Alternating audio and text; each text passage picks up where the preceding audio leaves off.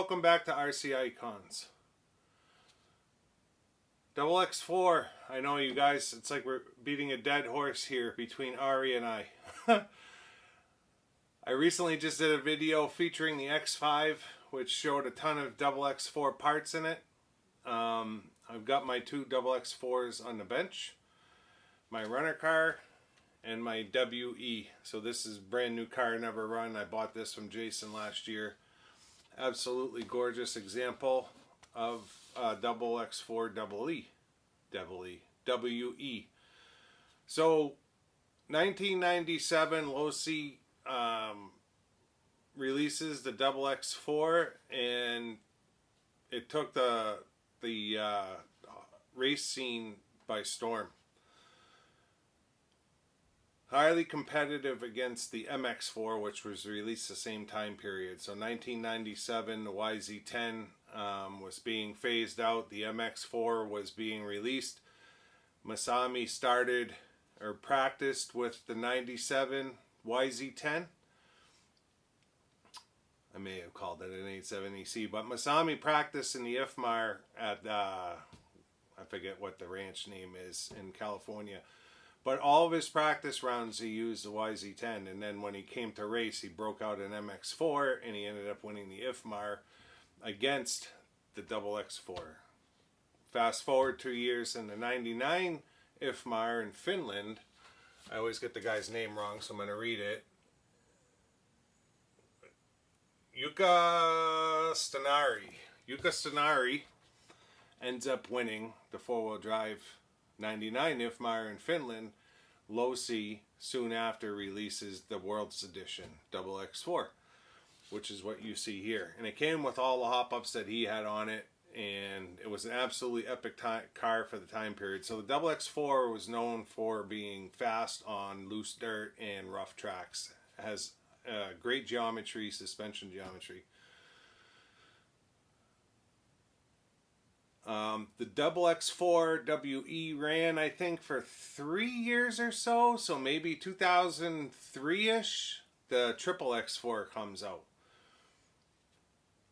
XX4 is running a couple of years, and the team drivers are all kind of complaining to Losi that when they're on a loose or rutted track, that they would really wish they could run a XX4. So Losi actually re-released the XX4 WE, I think it was 4 years later after its initial release. And the team drivers were able to choose the re-released XX4 WE or the XX4 as their car for the season. But once they chose the car, apparently they had to stick with the car. They couldn't have both. And Losi's concern was the XX4 and the XX4 both handle very different. The XX4 was known for being a very fast car, faster than a XX4, but on smooth surfaces, whereas the XX4 was a little bit slower, but handled the rough surfaces better. So the team drivers kind of had to look at where they were going to be racing for the season, depending on their demographics, and decide on a XX4 or a XX4. So that re-release of the XX4, Losi's only full-scale re-release that I know of ever, was a limited run. So the box looked the same. It still had the 1999 on the side of the box, but somewhere on the box it said limited release, and that's how you can distinguish between the original WE and the re-released WE. The point of this video isn't a history lesson on Losi as much as it is my new unbox, XX4 WE. I've had these two cars for over a year now. Ran this one all last year. Absolutely loved it. Never really thought that I would end up with a XX4 new unbox kit for my new unbox collection, but this one came up on Bai. I threw a number at it, which I thought was conservative, and ended up winning it. So I was real excited about the fact that I won it. Probably not going to end up building it. It's probably just going to stay the way it is. A lot of people that have XX4s, whether it's the original kit like Ari has or the WE, they're in collections at this point. So these were race cars. They were run hard, abused, and they're just, there's not many of them around. Although Losi has a following like every other manufacturer, Tamiya, Kyosho, where these kits are still out there. It's just a matter of whether or not someone decides to let one go. This one came out of Japan, so originally released in the US, went to Japan. Now it's back in the US, and it will stay in the US. It still has the cellophane on it. We can open it because the guy who owned it before me cut the cellophane off the bottom of the box. It's actually in the box, and then left it everywhere else. So it's still wrapped other than the bottom. So let's bring the camera over. There's really not a whole lot to see. It's more just to document it coming into the collection. And it's probably the last XX4 video you'll see on the channel. I really wasn't planning on making another XX4 video because it's been done. We've run one, we've built one, I've shown this one. Now I've got the kit. We'll show the kit, and that's probably going to be the end of it, because I don't like to be redundant with the content. Unless you guys like watching the XX4 run around, I'll do some more running videos of it. But quite frankly, you know, I run the car on a track and it gets half the amount of views that it usually gets, so it tells me that people aren't interested in seeing it run, which is fine. One of my favorite cars just doesn't happen to be the viewer's favorite car. So let me bring the camera over real quick. We'll take a look at this because it is cool to see the history behind it and the bags, and I mean, to me, I think it's cool as hell. But we'll show you the kit real quick and we'll wrap this one up. Just meant to be a quick one. So a built WE. This car is absolutely gorgeous. So the WE came with what they call the high heat body, or hot weather body, where it had the vent cut in the side. A regular XX4, I believe, does not have this bump out right here where you can cut the vent for the airflow. And then came with titanium turnbuckles, ball bearing steering, heavy duty green drive belts which are shit at this point. They just degrade right in the bag because they're so old. Titanium nitrate shock shafts, 3-degree toe-in rivet rear pivot plate, threaded hard anodized shock bodies, slotted graphite chassis, graphite suspension arms and shock towers, lowered offset motor plate, aluminum rear pin brace, new solid wheels, aluminum wheel nuts, axle bearing spacers and thrust washers, tapered pin front and rear tires, and a revised body with cooling scoops. That's what I'm talking about. So the difference between the original XX4 and the Worlds, so this is a graphite chassis, no cutouts at all. And then when you look at the WE, it was all cut open for airflow, but also let a whole lot of dirt in. I don't know that I would ever run one of these chassis just because of the amount of dirt that does get in. Now, obviously, when you have your motor in and your cells are taking up the space, technically you shouldn't be getting dirt in there, but a lot of us use lipos nowadays, not cells. So if you were to run this in a modern setting, it would potentially let quite a bit of dirt in. This one's got tons of Trinity hop-ups on it, but as far as the WE goes, graphite front and rear shock towers, graphite chassis, graphite belt cover, graphite arms. All 4 arms are graphite. This one has a metal bumper on it. I'm not sure. I don't think they came with metal bumpers. I believe the white front bulkhead was standard on the WE, whereas the original came with the black one. Alloy hinge pin brackets. And I think that's about it, other than ball bearings and stuff, titanium turnbuckles. So this is a car Jason built up a couple years back, and yeah, it's got the clicker one way in it. And I absolutely love it. It's so smooth. So smooth. I just would never be able to bring myself to run this car, which is the whole reason I bought that car and rebuilt it. So that car came as just a parts car. rebuilt it with a bunch of hop-ups. So this has the Moto Obscura alloy front bulkhead, Moto Obscura carbon reinforcers. This one's 0 degree, no toe in. It did have the 3 degree, but it was missing the brace in the back, so I ended up converting it back to 0 degree. And I built this car with steel outdrives all the way around, LCDs, full set of LCDs in the front, and then graphite everything. And it is a ripper. Absolutely love that car. So the reason we're here, this box came with this car. It's just full of my XX4 parts, but this is the kit that has recently come in. You can see the cellophane is still on it, except it's been cut off of the back. When you take the box cover off, this is the cellophane for the bottom of the box. I think it's funny. We've got your original manual, XX4 Worlds decal set, which is very different from the regular XX4. The XX4 is very neonish, whereas the Worlds is not. And you can see that kind of in, these are original XX4 Worlds decals on this car. But when you get the car, it's just very basic. Again, these were race cars. So this is a set of, I think, tough belts, because these are not the green ones that just fall apart.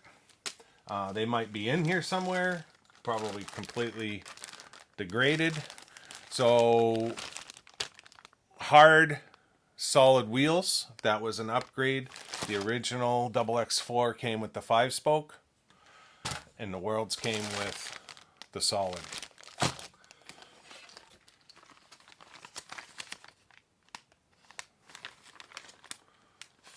Your lightweight composite diff out drives. You got your ball diffs there. Your ball bearing bell crank. This would be your front shock tower, your front CVDs, I guess is what they are. The titanium turnbuckles are in there. Comes with black ball cups, whereas this one has Trinity blue ones on there. All ball bearinged, and then graphite front arms, yokes, and C-hubs. Bag E would be the rear of the car. So this one has the steel CVDs, the rear shock tower / bulkhead, wing mounts, rear uprights, graphite rear arms, titanium hinge pins, and titanium turnbuckles. The kit did come with tire foams back then. We have our original Losi wing. We have our original XX4 body set.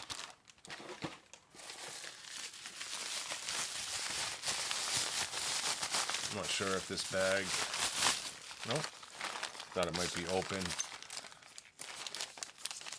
So bag F would be your threaded shock bodies and shocks.